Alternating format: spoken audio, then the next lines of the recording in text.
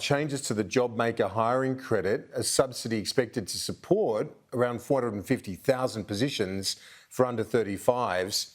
That's now been abandoned. The scheme has had a far lower than expected take-up. With me is Stephen Ferguson. He's the CEO, the national CEO of the Australian Hotels Association. Stephen, why did the JobMaker credit not work?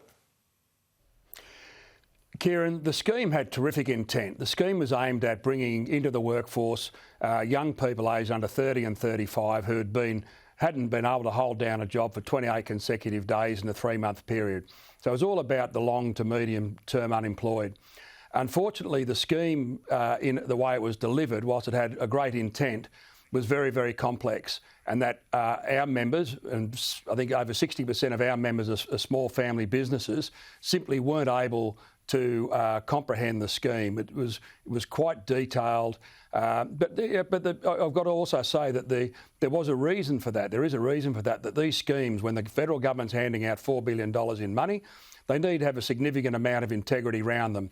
But unfortunately, I think that the right balance between guaranteeing the integrity of the scheme versus the ease of simplicity for the employer to understand it and implement it, unfortunately, the balance was not there on this occasion.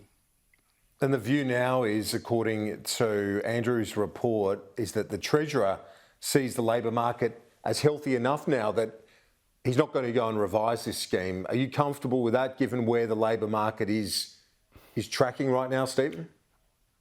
No, we're not, Kieran. I mean, obviously, we have a significant, we've got a high demand for labour in our sector, and we have low supply.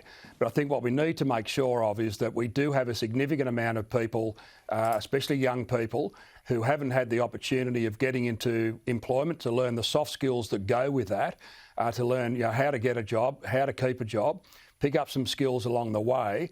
And this scheme, its whole intent was to look after those people, the long to medium term unemployed young people, and to give employers a chance to bring them into their business, knowing that training those people does come at a cost. I mean, you can't just sort of get someone who's never worked in hospitality before, put them on the floor and expect them what to do. So we needed to have, that scheme really would have helped in terms of us being able to spend time, our employees spend time with those people to get them up to a level where they could get on the first rung to getting out of the mire of unemployment. So we think that the scheme's a very valid scheme, and we'd like to see it continue in some form, but perhaps a bit less complex. And when you say less complex, before you go, give us a sense of what you mean. How could they improve JobMaker to make it easier for your members to say, okay, I'll sign up here? Because while they had wanted 400,000 plus jobs created, I think it was only just over 1,000 jobs in the end that were created under JobMakers. So nowhere near its intent.